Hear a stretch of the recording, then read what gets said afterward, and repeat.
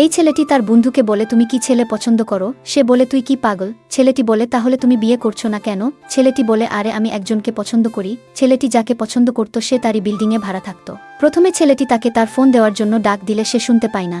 ছেলেটি মনে করে সে কানে শুনতে পায় না। তারপরে সে তার সাথে ইশারায় কথা বললে মেয়েটিও তার সাথে ইশারায় কথা বলে।